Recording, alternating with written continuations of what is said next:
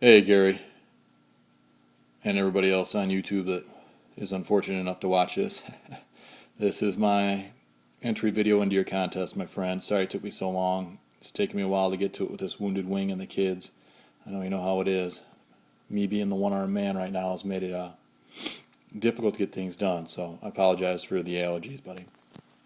Although I never win anything, I'm putting in for this one, brother, to see what can happen. I'd love to have that Ruger and see about using it to teach my boys how they can do their thing. The first guy I want to give a shout out to is Datziteezy. Datziteezy. You kind of get the idea of what he's trying to say there. He's a real good guy. And I'm really giving a shout out to two guys.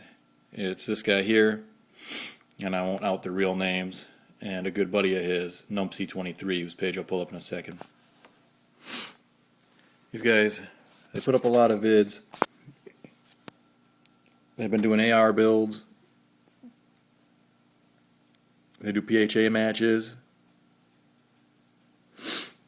His dog, more holsters.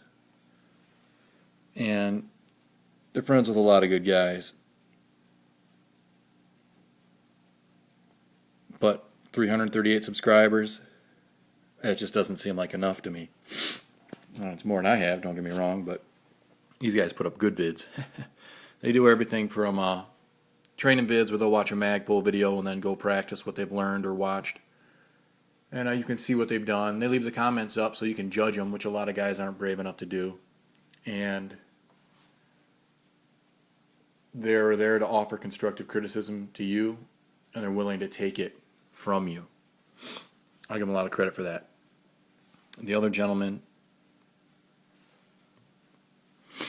pardon me while this thing loads up, is Numpsy23. I'm pretty sure he's a real good friend to Datziteezy. And Datziteezy, man, it twists my tongue up every time. You know what I want to say. He puts up a lot of good vids.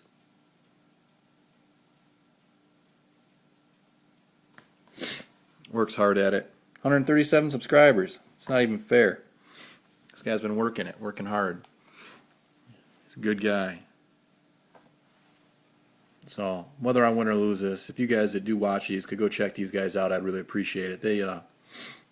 They deserve the support. And they're really decent guys. They're always answering their comments. They're polite. And they're helpful. A lot like Gary. What more can you ask for on YouTube, right? It's not like we really know these guys. You know, there's a few guys on here I've traded phone numbers with, but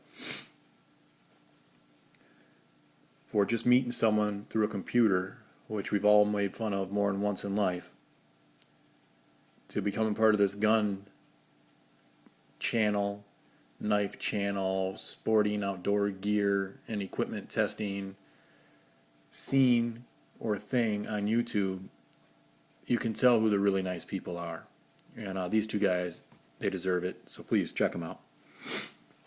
The other thing I want to talk about is, bear with me, one arm, you know. Carrying concealed. If it's legal in your state and you care about your family or yourself, why don't you get to it? Go get licensed. Find a handgun that fits your hand well and a caliber that you can control and shoot well, that you'll actually carry. Buy it, train with it, and carry it every day, everywhere you legally can. I won't condone carrying it any place you can't legally carry it, but if you do, that's your choice. I know a lot of guys that do that type of thing, and I don't fault them for it, because if I was the bad guy, I would definitely take my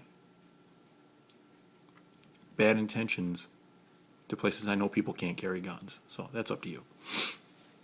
I'm not going to condone it on YouTube, but we're all adults. The police are great guys, most of them. I've been friends and am friends with police, and I've known a lot of them. I've known a lot of really good guys doing that job. I've known some douchebags. I've ran into the bad cops on the road while I was a kid being an idiot. And they've caught me doing things I shouldn't be doing, and that was my fault, not theirs. So I'm not going to fault them for that. And I have met the most horrible end of the police in Canada while a gentleman was beating me in my temple with the muzzle of his pistol before he escorted me to the border and asked me not to come back. So everybody has their own experiences. Don't let something like that from one or two people jade your opinion of an entire group of people that are dedicating themselves to help others. That said, they won't be there when you need them. Plain and simple. Do you live with them? Maybe they will. But if they're working, they won't.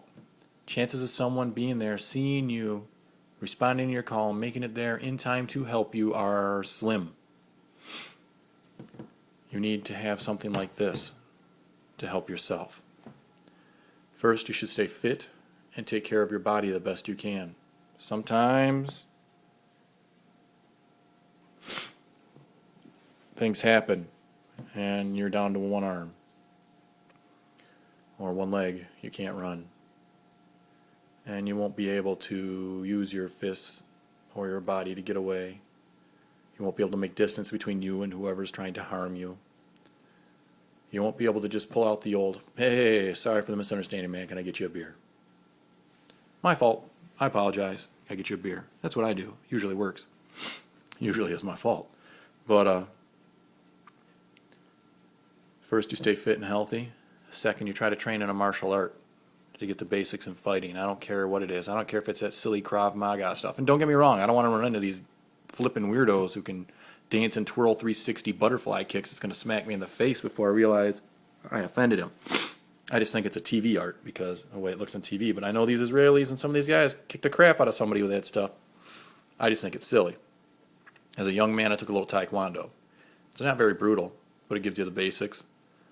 And when I was beginning to be an adult, I took Tracy's Kenpo, Kenpo.